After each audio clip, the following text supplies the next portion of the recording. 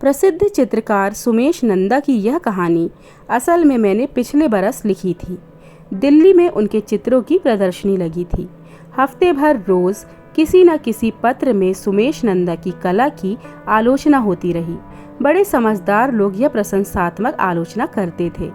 मुझे चित्रकला के संबंध में सिर्फ उतनी ही जानकारी है जितनी एक कला विधान से अनजान पर एक सूक्ष्म एहसास रखने वाले आदमी को होती है। और प्रदर्शनी के कई चित्रों की खामोश तारीफ करती मेरी आंखें सुमेश नंदा के 2 चित्रों के सामने जमकर रह गई। चित्र के नीचे लिखा हुआ था 2.5 पत्ती 1.5 पत्ती और दूसरे चित्र के नीचे लिखा था 1 लड़की 1 जाम। पहला चित्र चाय के बाग में चाय की पत्तियां चुनती हुई पहाड़ी लड़कियों का था और इस चित्र का भाव चित्रकार ने ऐसे समझाया था। चाय के सारे पौधे की अंतिम कोपल 1.5 पत्ती होती है, एक पूरी पत्ती बड़ी और एक उसके साथ जुड़ी हुई छोटी सी बच्चा पत्ती। उस 1.5 पत्ती की चमक ही अलग होती है। उस अंतिम कोपल से नीचे 2.5 पत्ती उगती है, बड़ी नरम, और फिर उससे नीचे मोटी पत्तियां की कई शाखाएं। 2.5 पत्ती और 1.5 पत्ती अलग तोड़कर रख लेते हैं। इन पत्तियों से जो चाय बनती है वह बड़ी महंगी बिकती है। बाकी हम लोग जो चाय खरीदते हैं वह नीचे की सस्ती मोटी पत्तियों की चाय होती है। एक साबुत पौधे से सिर्फ 4 छोटी पत्तियां झड़ती हैं। सारे बाग में से आखिर कितनी पत्तियां झड़ेंगी? वह चाय बड़ी महंगी बिकती है, 60 रुपए पौंड से भी महंगी। सुमेश नंदा के इस चित्र में जो सबसे पहली लड़की थी उसका मुंह आधे से भी थोड़ा दिखाई पड़ता था। हमारे सामने ज्यादा उसकी पीठ थी, फिर भी उसके सौंदर्य की कैसी छवि दिखती थी। लगता था सारी पहाड़ी लड़कियां जैसे चाय का एक पौधा हो, बिखरा फैला एक पौधा, और यह लड़की, इस पार खड़ी हुई लड़की, सारे पौधे की अंतिम कोपल हो, 1.5 पत्ती की छोटी हरी चमकदार कोपल। पर मैंने अपनी बात अपने पास ही रखी और चित्रकार को कुछ नहीं कहा। दूसरा चित्र जिसके नीचे लिखा था 1 लड़की 1 जाम, एक पहाड़ी लड़की का अनोखा सौंदर्य था। जैसे लोग कहते हैं यह चित्र तो मुंह से बोलता है। वाकई ऐसा मुंह से बोलने वाला चित्र मैंने कभी नहीं देखा था। उसके संबंध में चित्रकार ने कुछ नहीं कहा था। मैंने ही कहा, ऐसा जाम पीने के लिए तो एक उम्र भी थोड़ी है। चित्रकार ने चौंककर मेरी ओर देखा। कोई 60 साल की उम्र होगी उनकी। जाने कौन सी जवानी पिघलकर चित्रकार की आंखों में आ गई। बोले, इस चित्र की यह व्याख्या मैंने और किसी से नहीं सुनी। यह बिल्कुल वही बात है जो मैंने कहनी चाहिए थी। और तो और मेरे मित्रों ने भी इसका यह अर्थ नहीं लगाया था। मेरे साथ कईयों ने मजाक किए, 1 लड़की 1 जाम, और जाम नित नया होता है। जाने उस चित्र में कौन सा बुलावा था। हफ्ते भर वह प्रदर्शनी लगी रही और मैं उस हफ्ते में 3 बार प्रदर्शनी देखने गई थी। असल में सारे चित्र नहीं, एक चित्र, 1 लड़की 1 जाम। किसी कला मर्मज्ञ होने के जोर से नहीं, सिर्फ मन में कुछ उठते हुए सवालों के लिए मैंने सुमेश नंदा की उस कृति के संबंध में एक सादी सी बात कही थी, और उस सादी सी बात ने चित्रकार का सारा मन खोलकर उसके होठों पर ला दिया था। कांगड़ा कलम को जांचता परखता मैं कुछ दिन कांगड़ा के एक गांव में रहा था।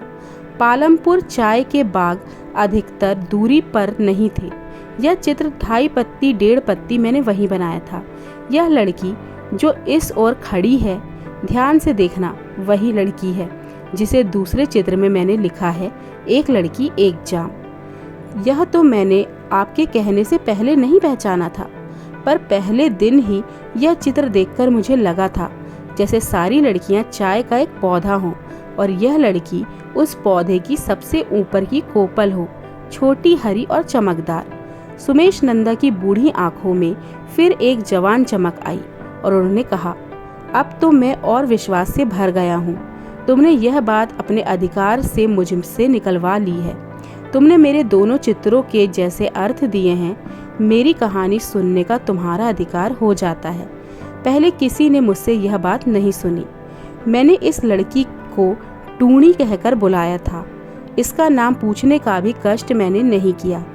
इसी ने, इस चाय की पत्तियां चुन रही ने 2.5 पत्ती 1.5 पत्ती वाली बात मुझे सुनाई थी और मैंने उसे कहा, तू लड़कियों के सारे पौधे की ऊपर वाली पत्ती है, बड़ी महंगी, जाने यह चाय कौन पिएगा। बरसात के दिन थे। एक नाला ऐसे बहा कि साथ वाले गांवों को जोड़ने वाली सड़क उसमें डूब गई। गांवों का आवागमन बंद हो गया। कोई 3 दिन के बाद सड़क का जिस्म दिखाई दिया। इस तरह से मैं जा रहा था। उस पार से वह टूनी आ रही थी। मैंने कहा, आखिर पानी रुक ही गया। एक बार तो ऐसे लगा इस पानी का बहाव सूखेगा ही नहीं। पता है टूनी ने क्या कहा? कहने लगी, बाबू यह भी कोई आदमी के आंसू हैं जो कभी ना सूखे। मैं टूनी के मुंह की ओर देखता रह गया। उसका मुंह सुंदर था, पर ऐसी बात भी कह सकता है, यह मैंने कभी नहीं सोचा था। कुछ ऐसी बात मैंने पहले एक बंगाली उपन्यास में पढ़ी थी, पर टूनी ने तो कभी बंगाली उपन्यास नहीं पढ़ा था। जाने सारे देशों के दुखों की एक ही भाषा होती है। मैं उसके घर पर था। उसका बाप था, माँ थी, 2 भाई थे और एक भाभी। मैं उसके घर का भीतर बाहर टटोलता रहा। वह कौन सा दुख था उसके मन में जहाँ से उसकी यह बात उगी थी, और मैंने उसके दुख का बीज ढूंढ लिया। उसके बापू के सर पर काफ़ी कर्जा था। उस और लड़कियों की कीमत पड़ती है 3,100 से लेकर 1,000 तक, और कर्जा देने वालों ने टूनी को 1,500 रुपये के बदले उसके बापू से मांग लिया था। और टूनी कहती थी, वह आदमी आदमी नहीं, देव दानव है। मुझे सपने में भी उससे भय आता है। एक दिन मैंने टूनी को अलग बिठलाकर पूछा, अगर मैं तेरे भय की रस्सी खोल दूं? वह कैसे बाबू? मैं 1,500 रुपये भर देता हूँ। तू अपने बापू से कह वह सगाई तोड़ दे।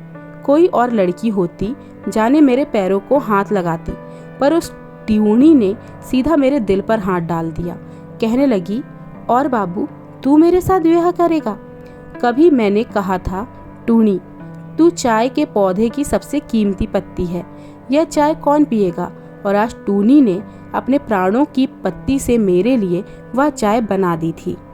पर ना मैंने यह बात पहले सोची थी, ना मैंने कही थी। मैंने उसे समझाना चाहा कि मेरा यह मतलब नहीं था, पर उसके कपड़ों पर तो जैसे किसी ने चिंगारी फेंक दी हो। कहने लगी, अरे बाबू मैं कोई भीख मांगने वाली हूँ? मेरी ज़िंदगी कोई अच्छी नहीं है। कितनी लड़कियाँ आई थी और अपनी राह चल दी थी। मैं ज़िंदगी की एक छोटी मोटी सड़क पर ही उनके साथ चल सका था। कोई लंबा रास्ता मैंने कभी नहीं पकड़ा, और अब मेरा यह विश्वास ही खो गया था कि मैं कभी भी किसी के साथ ज़िंदगी का सारा सफ़र चल सकूँगा।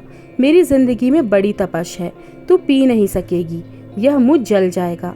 और मैंने लाड़ से टूनी का दिल रखने के लिए उसके होंठों को अपनी उंगली लगा दी। फूंक फूंक कर पी लूँगी बाबू।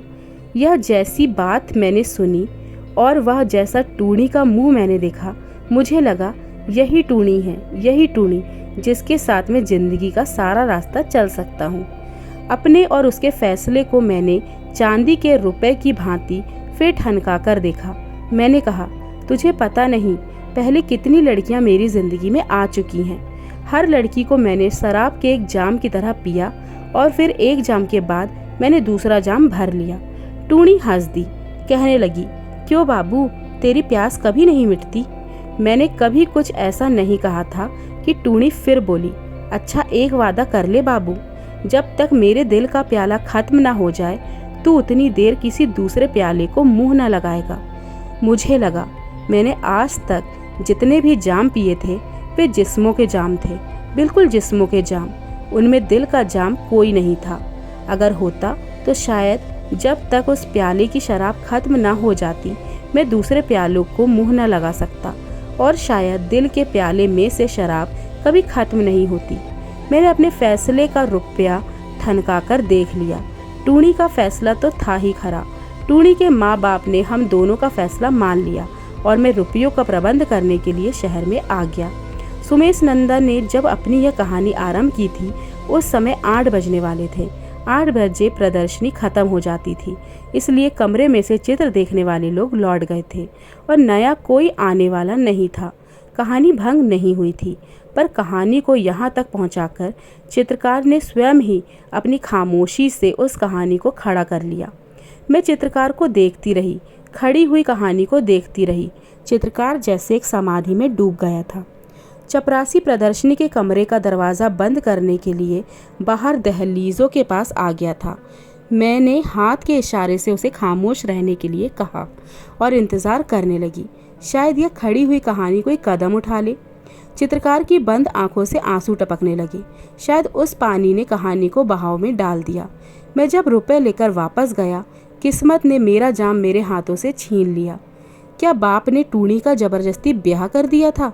मैंने कांपकर पूछा। इससे भी भयंकर बात, टूनी जिसे देवदानव कहती थी, उस बूढ़े साहूकार ने अपना सौदा टूटने की खबर सुन ली थी और उसने धोखे से किसी के हाथों टूनी को जहर पिला दिया था। टूनी की चिता में थोड़ी सी सेंक बाकी थी, थोड़ी सी आग। मैंने उस आग को साक्षी बनाया और चिता के गिर्द घूमकर जैसे फेरे ले लिए। शायद 30-35 बरस की उम्र में चित्रकार ने वे फेरे लिए होंगे। अगले 30 बरस उसने कैसे उन फेरों की लाज रखी होगी, यह उसके 60वें 62वें बरस से भी पता चलता था। कोई पूछने की बात नहीं थी। मुझे लगा सारी 20वीं सदी उसे प्रणाम कर रही थी। धीरे धीरे चित्रकार के होंठ फड़के। टूनी ने कहा था, एक वादा कर ले बाबू, जब तक मेरे दिल का प्याला खत्म ना हो जाए तो उतनी देर किसी और दूसरे प्यालों को मुंह न लगाएगा। वह सामने खड़ी हुई टूनी गवाह है, मैंने किसी दूसरे प्याले को मुंह नहीं लगाया। सामने टूनी का चित्र था। टूनी, एक लड़की, एक जाम। मौत ने चित्रकार के हाथों से वह जाम छीन लिया, पर कोई मौत उसकी कल्पना में से वह जाम ना छीन सकी और चित्रकार की सारी उम्र पीते हुए बीत गई। उस जाम की शराब खत्म ना हुई। लगभग 1 बरस हो चला है। मैंने सुमेश नंदा के मुंह से यह कहानी अपने कानों से सुनी थी और फिर अगले हफ्ते अपने हाथों से लिखी थी, पर तब उन्होंने मुझे छपाने की आज्ञा नहीं दी थी। तब मैंने कहानी में उनका एक कल्पित नाम लिखा था। उन्होंने कहा था, जब तक मेरी उम्र का अंतिम दिन नहीं आता मेरा कोई दावा नहीं बनता।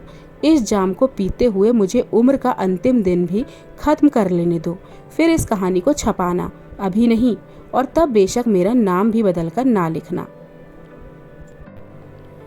और अब पिछले हफ्ते आपने पत्रों में पढ़ा होगा, प्रसिद्ध चित्रकार सुमेश नंदा की मृत्यु हो गई। चित्रकार की कला के संबंध में पत्रों के कई कॉलम भरे हुए थे और 1-2 पत्रों में यह भी लिखा हुआ था, जिस कमरे में चित्रकार ने अंतिम सांस ली, उस कमरे में उनकी बनाई हुई एक ही तस्वीर लगी हुई थी, एक लड़की, एक जाम। उम्र छोटी थी, जाम बड़ा था। आज चित्रकार का दावा सत्य हो गया है। इस कहानी में आज मैंने कुछ नहीं बदला, सिर्फ उनका नाम असली लिख दिया है, उन्हीं के कहने के अनुसार। कितनी अच्छी और कितनी दिल को छूने वाली कहानी थी ना दोस्तों। बहुत ही मर्मस्पर्शी कहानी थी। अमृता प्रीतम जी की कहानियाँ बहुत ही इमोशनल और इंटेंस होती है। उम्मीद करती हूँ आपको भी ये कहानी पसंद आई होगी। फिर मिलूंगी आपसे अपनी अगली कहानी में। तब तक के लिए नमस्कार।